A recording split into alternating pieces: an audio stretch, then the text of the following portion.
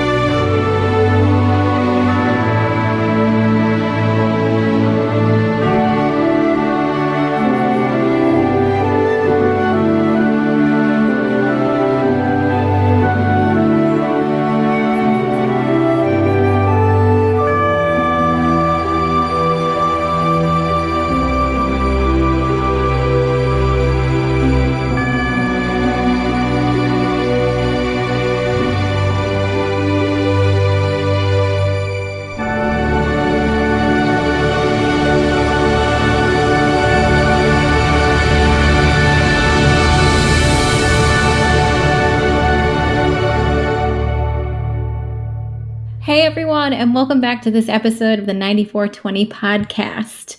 Hi Carl and hi Greg. How are you guys doing today? Hello. Hello, Nicole. Hello, Greg. Hello, Carl.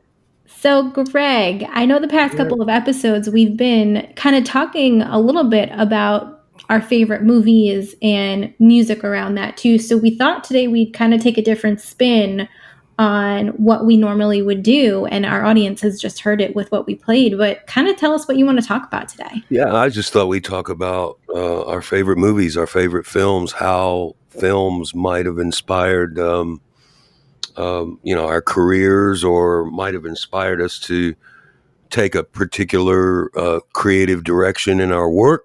Don't we want to talk about more how music in film pretty much, I think, drives the film?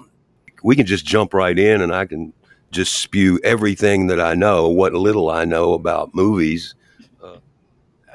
I think the first use of music was in Dracula, the 1930s version of Dracula, Universal, and they used Swan Lake at the beginning over the opening credit, and then there wasn't any score. There was no music throughout the entire picture, just that one little piece of music. And I don't think you're correct. Oh, here we go. No, but silent film had piano players and music throughout the whole thing. So music's been accompanied with video since inception. When talkies came in, there typically wasn't. And I disagree with that, because if you ask me, the first talkie I know was Al Jolson, the jazz singer, and they had music. They had the songs he sang. So maybe I'm wrong, but You're totally wrong. I've always heard that Swan Lake at the beginning of the opening credit of the Universal version of Dracula with Bela Lugosi was the first use of music in a dramatic sense on maybe there's some qualifiers I don't know, like the first use of Universal or whatever the case may be. So we're off to a roaring start here. Well, We're going to just expose what we don't know about movies. But see, I thought it let's was just going to jump be. right in. I thought it was going to be less of a history lesson, and more of just what it does to a film. If you ask me, and I'm going to get yelled at for this, I think acting usually is boring. Two people talking. Very rarely is it that intense, especially on film. Different in a theater setting when you're there live and you're absorbing it. But when you're watching a film, like, a one-dimensional kind of video, without music, it's flat. I don't agree. I think that there is some Good, very Nicole. I think that there's some very good acting. Maybe not now, but definitely in the past, where how they conveyed the emotions that they were trying to do in that particular scene or whatnot truly didn't necessarily need music. But I also agree with Carl that music does elevate films and TV probably more so than people realize. Because if you were to just take the music out of TV shows and take music out of film, it definitely wouldn't have the same impact as if you had the scores in. Well, the reason why I know this is because I have a friend. His name is Michael Whalen. He does a lot of documentary films. He's actually won a few, I think, Oscars. Actually, he's a guy I know from years ago. And how he got started was he after college he took 4 famous scenes, like one from Close Encounters, one from The Godfather, took out the music and rescored them, with his own music. And he showed how it changed the whole, atmosphere. There's a great thing where you see, like, the film in Psycho, when she's in the shower scene getting stabbed and has that music, and the music creates the tension. There was a thing where I saw where they took the exact scene and played this carnival music, and it changed the whole mood. It changed the whole thing. Yeah, so, I mean, there's no question that when you make a film, what little I know about it, when you make a film, it's absolutely a composite, right? So, but I think the degree to which music is used can slant your reaction in big ways. But I don't necessarily think that it's I don't think it's required. I mean, one of my favorite movies of all time is American Graffiti. And when you read about how that came into production, George Lucas wanted the soundtrack. He wanted the music in the picture to actually become the ambiance, and he wanted to be able to place you in that time and space. And he did it incredibly creatively by actually not putting the music on top of the film, but actually in the background, Wolfgang Jack in the car radio. Exactly. Actually putting it in the physical space and then filming it. They had, large speakers hidden down alleyways and that kind of thing. So the music becomes, a huge part of the thematic experience. And I think that's fascinating. And I think it worked really well, but you wouldn't consider the music to be front and center. It's just part of the ambiance of the film. Yeah, which I think is important. And also I think there's a distinction between, placement of music in movies and then soundtrack, like background soundtrack music, like what we're playing here today. This is more just stuff in the background, the set the mood, set the, like, I don't know, there's so many movies that I watch, maybe I'm a sucker, but when I see, like, the scene happens and all of a sudden the violins come in, they start fading in. It almost cues you in how to feel. We're sad now. Let's be sad. So I don't know. Well, when it's done overtly, I mean, I think it can kind of mess up the film, but if it's done with a certain amount of expertise, I think it truly works. I started thinking about. I figured we'd talk about a few of the films that impacted us, a few of the films that we love versus the music we love. And when I put the little list together, I put a list of 4 or 5 films, and they all use music in kind of a unique way. And there's an element of uniqueness to how the soundtrack and the score was either created or utilized. Once again, I don't claim to be a film aficionado, but the films that I do love that have had the biggest impact and have been the biggest inspiration for me, they have this unique relationship with music. So Name I thought one. that was interesting. Well, I mean, I'll get heat for this if anybody ever hears it, but my favorite movie of all time is this little picture made in 1942 called Holiday Inn. And it's Bing Crosby, right? Bing Crosby, and it is it's kind of a time capsule for the late 30s and 40s, and because of that, because it's of its time, it has the unfortunate distinction of having a probably one of the most egregious blackface scenes in the history of film in it. Right. But the other distinction, and the reason it had a big impact on me, is it was the film that featured White Christmas. Yeah, Irving Berlin. Sure. Yeah, that was Is that when they take over the? They try to get that thing together for the old general. And Yep. No. That's the actual sequel, which is called White Christmas. This is the film that preceded it, called Holiday Inn, and the premise is that this guy comes off. Oh yeah, Fred Astaire, right? Yeah, Fred Astaire. They come off being a entertainment duo, and one guy retires to this little place called Holiday Inn, and he says, "I'm only going to work, on the holidays," and it's a madcap adventure from there. But did you know, just a little side thing? Yep. Did you know that that Bing Crosby is very important? Very, very. He basically brought microphone technology to the forefront and taping. Right. He was like a lot of these guys, these old dudes. And it's funny how that's still kind of the same kind of microphones we use today. There's so much more technology has grown and changed and progressed, but we seem to nail the microphone back in the 40s, and it's pretty much the same thing, There are people that claim, and I might tend to agree, there are people that claim that Bing Crosby is the most important and influential entertainer in the last century. Because of the ubiquitousness or the ubiquity of his voice, and he made hundreds of recordings, and he was kind of at the right place at the right time, where he was transitioning from radio, which had huge audiences, to being able to sell recorded product. And he experimented. That's the reason he started experimenting with multi-tracking and with technology, is because he was looking for a way in which to record radio shows and not have to do them live. But if you go back and listen to those old shows, I mean, it's just astounding.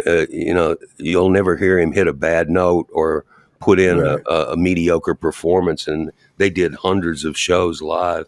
Let's take a little break, play a little more music, and then come back. As you're listening, this is all stuff out of the podcastmusic.com production music library that's available for licensing in podcasts. So that's another reason we're featuring it. This would typically be used as underscore for a film project, and maybe create your own pictures. Yeah.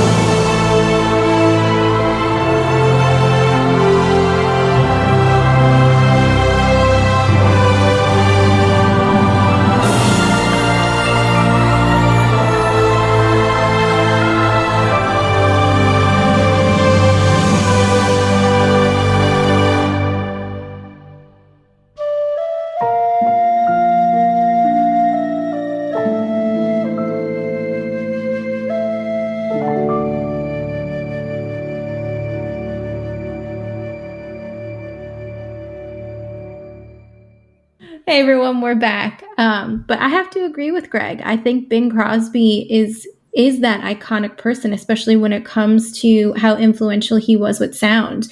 One of my favorite movies is White Christmas, and it's just one of those things. I've been around for 30 some odd years, and Danny Kaye. I still cannot get enough of it. You It's know, one. there are really great stories about that. I mean, Bing Crosby didn't want to do it with Danny Kaye. He wanted to reprise. He wanted Fred Astaire again. Fred Astaire again, and he was committed for another project. And you know, there's a lot of stuff out there about how Crosby really wasn't comfortable working with Danny Kaye, and Danny Kaye is great in the. Well, the funny thing about Bing Crosby is, you know, I don't want to get into the history of Bing Crosby, but you know, The Bells of St. Mary, all his great movies. I heard he wasn't the best and nicest guy. He plays all these great, wonderful, sweet people, but I heard like in real life he was kind of a. Well, I think he was the consummate professional. I think he was a taskmaster. I think he was kind of an old school.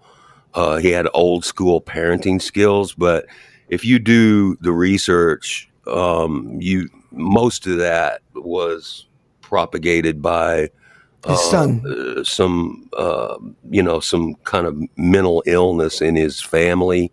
Yeah, and there were some books written, and they One can't thing, one they can't of the get together. coolest. I'm like, he did in fact have that Hollywood thing going where he screwed up his first family and then Right. did much better on his second family. One of the coolest things he did, to even at the end of his life, was bringing Bowie on his special. Remember doing that Bowie Bing Crosby Christmas? Yeah, he didn't. He literally didn't know anything about Bowie and didn't know His daughter, didn't know who he was. Yeah, but that's an amazing piece of history. You know? but I jumped in on you, Nicole. So, what else do you like about White Christmas? For me, so growing up, a lot of the movies that I watched and what I remember is always going over to my grandparents' house. So between Shirley Temple and like um, Somewhere Over the Rainbow and things like that, those were the things that I grew up hearing. So White Christmas for me just is able to bring me back to a time where music was easy, at least, and the sound was fluid, and it just was something that it brought you to a different place. Not saying that that's not the case now, but there's definitely a difference between then and how they did music and now and how they do music. Yeah, they're kind of. Just an aside, isn't White Christmas the most licensed song ever? Like the most something. There's something record it holds. It held the record for the most single sales for many years. I don't know if that's been topped. It probably has, but you know, the thing for White Christmas for me is I love the look of it. The colors are just so surreal. It's in. Right. What I do know is that it's shot in VistaVision, whatever the hell that is. You know, I was thinking though, getting off White Christmas a bit, going more into music. You know, soundtrack music. You know, what do you think of today's soundtrack stuff? I kind of like it. Like I like some of the stuff where you just have a guy playing like a whammy bar echoed guitar, and it's going to be so effective. That kind of soundtrack stuff. You know what I'm talking about? As opposed to real scoring and underscore stuff. And to me, that simple, you know what I mean? Yeah, I Can think be just as effective. I love that stuff sometimes. Yeah, and you know, it's interesting because when you talk about music supervision inside films, I mentioned American Graffiti earlier. I mean, that was actually the film that before American Graffiti, there wasn't a job title music supervisor on any of these films, and you know, the directors kind of, you know, slapped stuff on that was consistent with their vision for the picture. But yeah, I mean, I think today's music supervisors are really into that, you know, the kind of working with the sound designers and kind of creating ambiance with specific tracks and sounds and helping the mood along. And you're right that not necessarily, it's usually done in post-production and not necessarily part of the score. No, I've done little bits of that. And basically what it is, they put a film in front of you, sit in front of my program, and I have an acoustic guitar. I just kind of play. You know, you just doodle around and try to create sound, and that's it. Sometimes just a guitar and a little percussion thing, and it's vibey and it's cool. Yeah, we'll use that. It's great. Yeah, it doesn't get in the way, but yet it adds something, So Carl, what what are your top two or three pictures of all time? I'm such a film guy.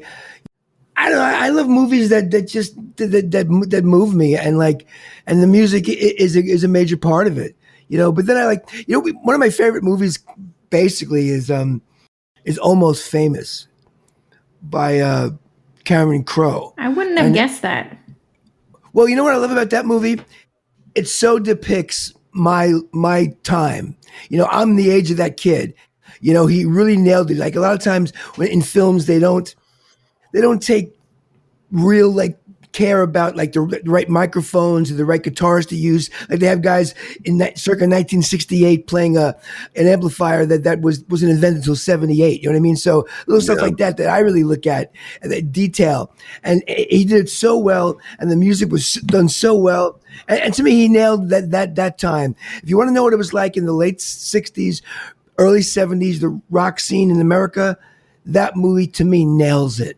Yeah, there's a film in that genre that a lot of people love called That Thing You Do. Have you seen that? Oh, that was great too. Yeah, I mean they really. That was a little earlier. That was back 65. 64. There were a bunch of guys, Nashville-based guys, that were part of the soundtrack and the score for that film, and that guy just died of COVID. The guy who wrote the song. They got that right too. Yeah, and when you're a music person and you see a film that gets it wrong, I mean, it's just glaring, and I hate all these biopics, and they're so cheesy. I didn't really dig the Queen thing even. What I didn't like about the Queen thing, a few years back, this guy Jeff Workman, he wanted to produce a couple of things I was doing back in the 90s, and Jeff Workman was basically the recording engineer for Roy Thomas Baker on Night at the Opera. He told me the story of Bohemian Rhapsody, how that song came about. He was there. Freddie Mercury would come in one day, kind of buzzed off of some opera or something, and he came in and he starts sitting at the piano going, no, like making fun of opera, right? So they would just roll tape. I'm just a bored, silly things, So then every day they would come in. He goes, "What are we gonna do today?" He goes, "Let's work on that silly opera thing." Blah blah blah. Right. So over the course of a month, they had all these silly things, and the guys started getting crazy and start doing all the high harmonies, the drummers involved, and they start losing sight of the record, right? So then he had this other piece of music that they recorded. Is this the real? That was another whole thing. Then they had Mama, another whole song, right? Then they had dun, dun, dun, dun, dun, dun. So they basically had these 6 pieces. So one day they're all kind of hanging in the studio, spending the day putting this whole thing together, blah blah, and then they played back and listened to it, right? And Jeff tells me, he's this funny guy, man, who died about 2 years ago. He says they're sitting there listening to it, the whole band, and Roy Thomas Baker, and he's sitting in the studio. And Roy Thomas Baker, after it's done, he goes, "Does this suck?" And he goes, "Is this just too stupid?" This is like the worst thing that anybody's ever listened. They said, "What is this? Does this suck?" And then Freddie Mercury goes, "No, I think it's great." So they put it on the record. But anyway, so the movie glosses over all of that. Yeah, I didn't think it was raw enough. I mean, it was like, the first thing you usually, it sounds stupid, but the first thing I usually detect is, like the authenticity of the wigs or the hairstyles. Exactly. It's like, I tell you, the Brian May guy looked just like him, and their thing, their depiction of Live Aid at the end was pretty great. What's the guy's name? We're going to get ourselves in trouble here. I think it's an extraordinary performance. The picture as a whole just didn't do it for me. Me too. Yeah, most of those biopics are lame, I think. I purposefully stayed away from the Elton John one. Yeah, but what I love about the Elton John one was it was kind of cool that it didn't try to be Elton John. It was kind of a musical, and Elton John dug it. The Elton John of my childhood is best represented as Pinball Wizard in Tommy. Yeah, because that was real. What did you all think of Tommy? I've never seen Tommy. The movie, the Kent Russell movie. I think it was of its time. I think it kind of was self-indulgent, to be honest with you. I would encourage you to go back and watch it again. I think it's art. It's what it is, I don't get the whole scenes with Anne Margaret and the beans. What was that Oh, about? dude. Well, why don't we take Epic. a break? Yeah, why don't we take a break? And on the flip side, we can talk more about that. And whatever track we're going to be playing in Vision and Margaret, Circa 1975, though. circa 1970s, in about, I think it was 1,000 gallons of Van Camp's pork and Of beans. beans, right.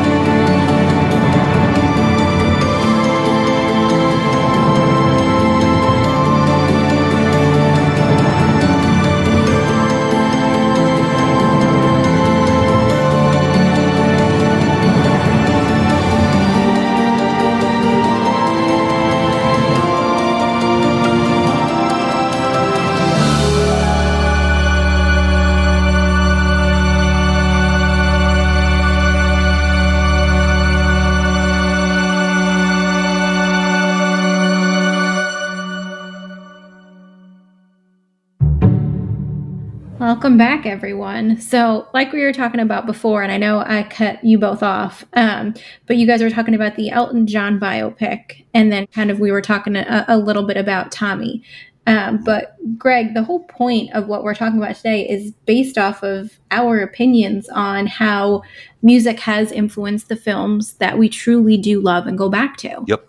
I mean, I think that, and by the way, Nicole, you tonight, you have to rent Ken Russell's Tommy. I will. I'll make my husband watch it with me. I'll tell you something about I don't know if he'll appreciate it. a little bit about what we're talking about that is sad too, because I think film music is an integral, super important part of film. But in my years, like in the 90s, I worked a long time in jingles and sound production, for different companies.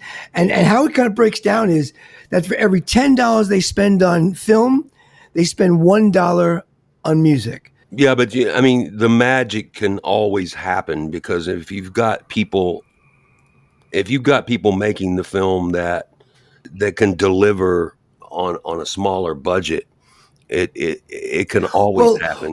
Perfect example, like Almost Famous. I know this about Cameron Crowe fought because his budget was only about like $11 million. And I think in 2000, it was a small budget movie to do that movie, but he wanted all those licenses: Elton John, Rod Stewart, The Who, Simon and Garfunkel, Sears license.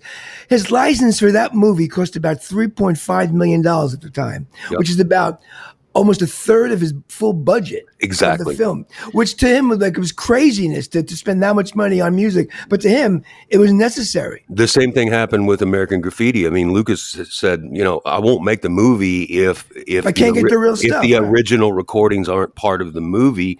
And so they ended up having zero budget for score. So there is actually no score inside the film. It's all ambient use of the original recordings in order to create the atmosphere. Yeah, but which makes it kind of cool. And it was he said in interviews, it's like it was an extremely avant-garde, project for its time, but we had to do it the way we envisioned it, and it ended up working out. So I think there's always serendipity when you've got talented people involved. I recently read an article about, I think it was something like the 15 biggest flops out of Hollywood. Right. And, there's a sameness to the story. And that is that all these films had budgets of 100, 200, 300, 400 million dollars.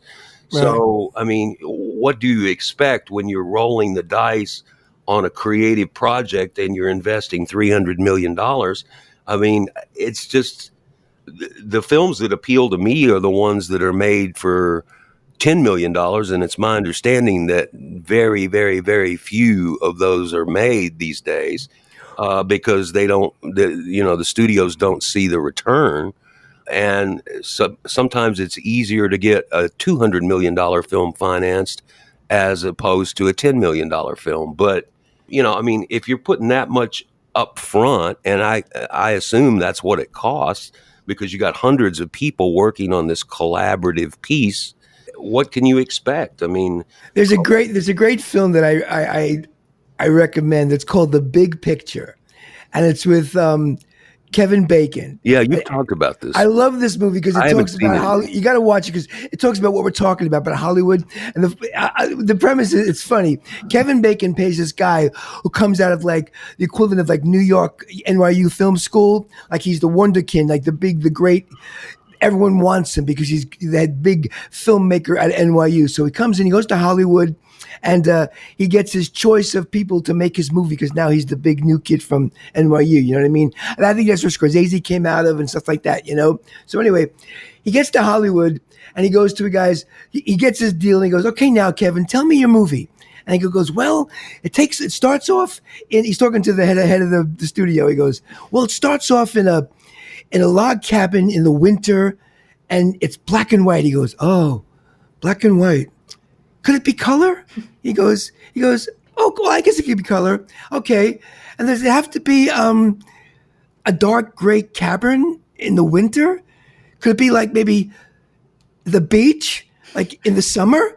And he goes, "Okay, so continue. What's your story?" He goes, "It's about these two men in their 50s and this woman in her late 40s, and there's this triangle." He goes, "Oh, do they have to be that old?" Because like most people don't want to see their parents in a movie, and instead of it being two men and a woman, could it be two women like in their 20s and a man? I think I've met those people. Yeah. Then he goes, "What kind of music?" And he goes, "I thought just stark cello throughout." And he goes, "Yeah, but that gets kind of old." So anyway, Could it be the Rolling Stones? What's this movie called? And he goes, "Well, it's called like some sour dark in the woods." He goes, "Anyway, so the end of the show, you see the trailer for the movie. It's called Beach Nuts," and all these girls are dancing around. It's like this. Well, I've done, I totally get that. I've done a little bit of research on like Hollywood practices over the last few years because I've got one of my little pet creative projects is over the last few years I took a first stab at working on a story, and I actually have a partner that owns a production company. So we've been through the mill, and I thought, well, it's probably best if having zero experience in that industry, maybe I should do a little research. And it's really pretty interesting how Hollywood works. I mean, the fact of the matter is we're talking about all these movies that we love and all these movies that have become iconic. But in the scheme of things, for a movie to be made, even for a movie to be made and to be shown, it's an incredibly rare thing, because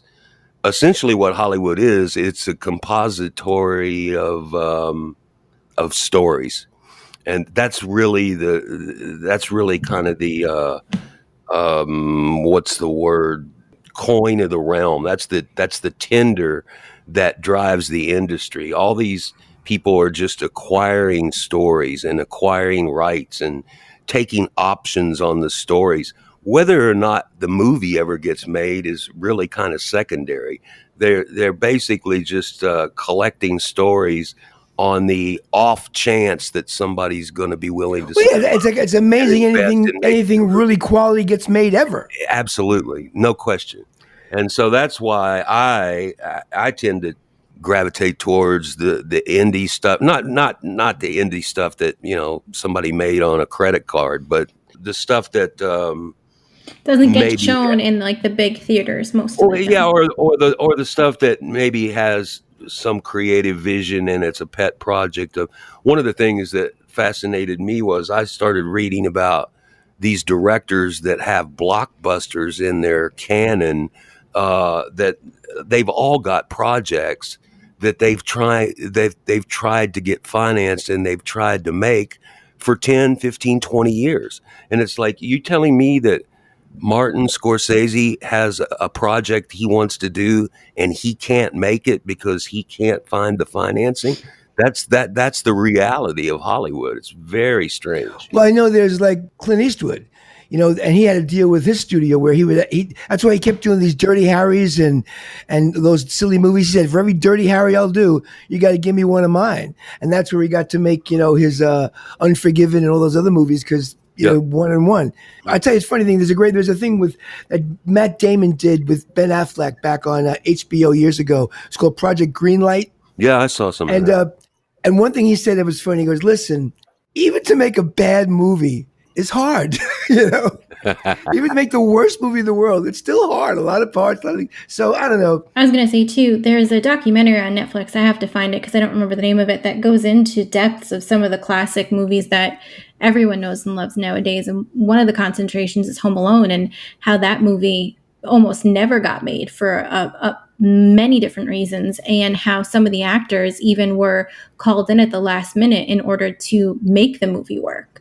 And it's just interesting how many things can change over the course of 6 or 7 months that these movies are being made in order to get the final product. Yep. And that's a big problem with regard to some of these movies that do get made and they flop, is because the box office draw perception of some of these actors. In some of these budgets, the actors are 40% of the budget. Right. And so it's analogous to the music industry in a lot of ways, because you have actors taking a substantial portion of the budget. And but gosh, imagine if music had 40% of the budget and how much that would affect it. That would be amazing. Yeah, but the trade-off is like, but when you get the actor attached to it, that's how it gets made. Correct. It's an interesting business. What other movies? Did you ever see Phantom of the Paradise? That's with our friend, what's his name? Paul Williams, right? That's one of my guilty pleasures. I mean, I hate that term, but I find that most of the things I like would be considered guilty by somebody else. But that's a movie that is so over the top and so visionary in its kind of parody of the music industry and of a time and a place where big business was kind of controlling the music industry and the entertainment industry. It's just a bizarre movie, but delightful, because music is actually a huge part of it. I mean, Paul Williams created the soundtrack, and he wrote several songs for the movie, and then they're performed by various iterations of this imaginary label called Death Records, and it's really creative and really fun. You want to take a break and do one last, not to cut you off, but do one last piece of music and then kind of close up? Sure, that's fine.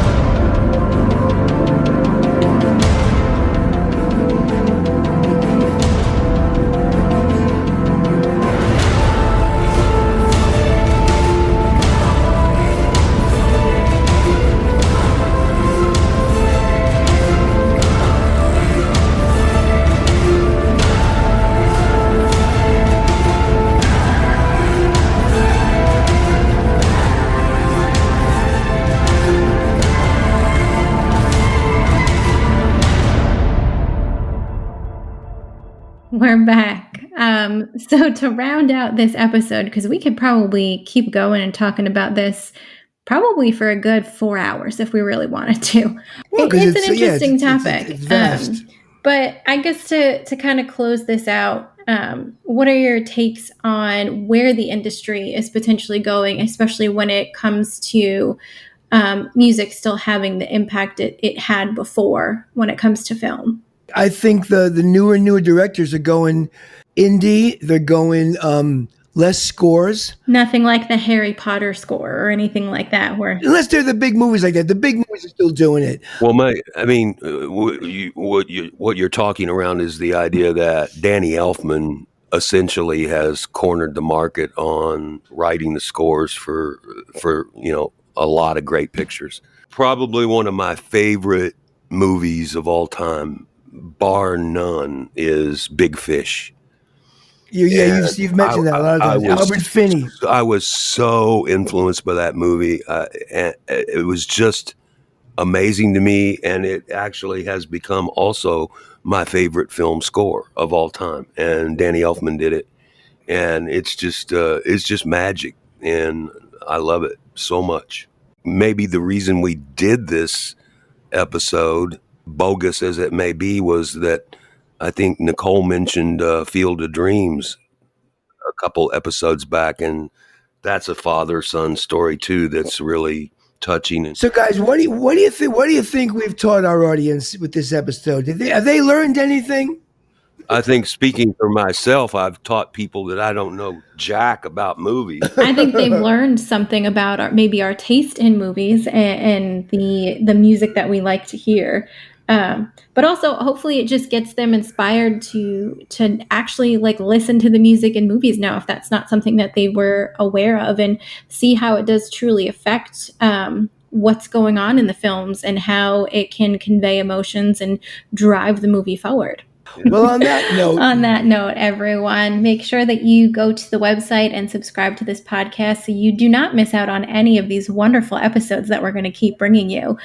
But until next time, have a great week, and we'll talk to you guys later. Take care. And we'll see you at the movies. Bye, everyone.